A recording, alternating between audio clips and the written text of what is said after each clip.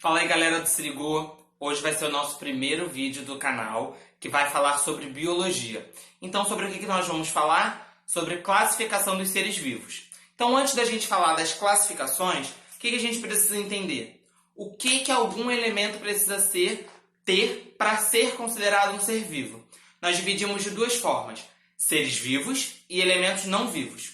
Os seres vivos vão apresentar formas de locomoção, vão apresentar metabolismos ativos, vão apresentar crescimento e reprodução, enquanto os elementos não vivos não vão apresentar nenhuma dessas características, ok? E aí você se pergunta, para que nós classificamos os seres vivos? Para que nós temos uma ordem taxonômica? Para que a gente tem uma classificação taxonômica? Da mesma forma como a gente organiza nossas coisas em casa, da mesma forma como a gente organiza as coisas no mercado, nós vamos organizar os seres vivos. E vai ser como? Por semelhança, ok? E aí nós temos os táxons. O táxon são cada nível de organização hierárquica da classificação taxonômica. E quais são essas hierarquias? Nós vamos de cima para baixo, ou seja, do nível mais abrangente, ou seja, do menos específico, até o nível mais específico.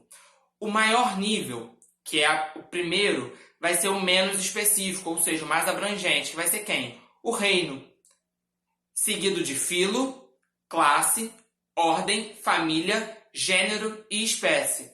Pera, como é que eu vou me lembrar desses nomes todos?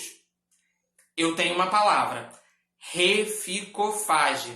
Essa palavra aqui, vai te fazer lembrar. Sabe por quê? Reino, filo, classe, ordem, família, gênero e espécie. Então, gente, reficofage. Conforme for afunilando, for especificando, alguns grupos vão diminuindo. Vou te explicar como. Um exemplo, nós. Nós somos do reino Animalia. Os insetos também.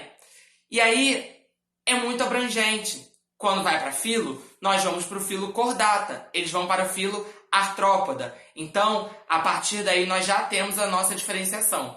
E aí, vai afunilando até você chegar em espécie. Ok? E aí, nessa classificação taxonômica, o que é importante? Existem regras, existe uma nomenclatura científica. E quais são as regras para a gente fazer a nomenclatura científica? Primeira regra, a gente utiliza o idioma morto, que é o latim. Sabe por que a gente faz isso?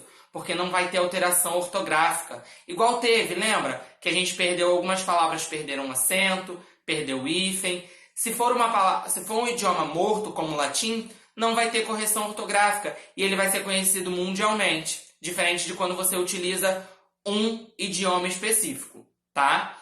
Outra regra, o nome ele vai ser binominal, ou seja, vai ser composto, onde o primeiro nome refere-se ao gênero e o segundo nome é o epiteto específico da espécie, ok?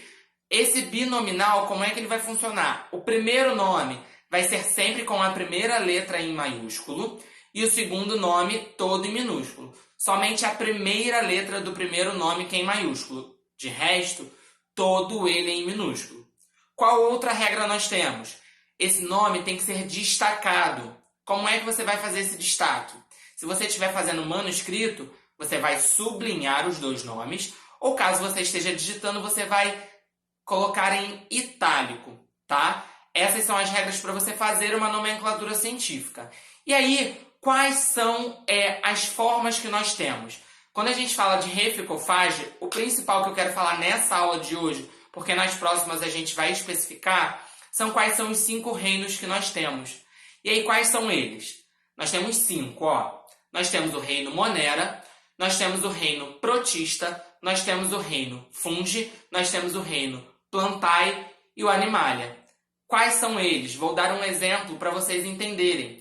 O reino Monera é onde nós temos as bactérias. No reino Fungi é onde a gente tem os fungos. No Protista nós teremos algas e protozoários. No Plantae nós temos todos os vegetais e no Animalia todos os animais. Se ligou? Então vamos de novo. São 5 reinos. Quais são? Isso. O primeiro reino vai ser Protista, Monera, Fungi, vegetal e animal.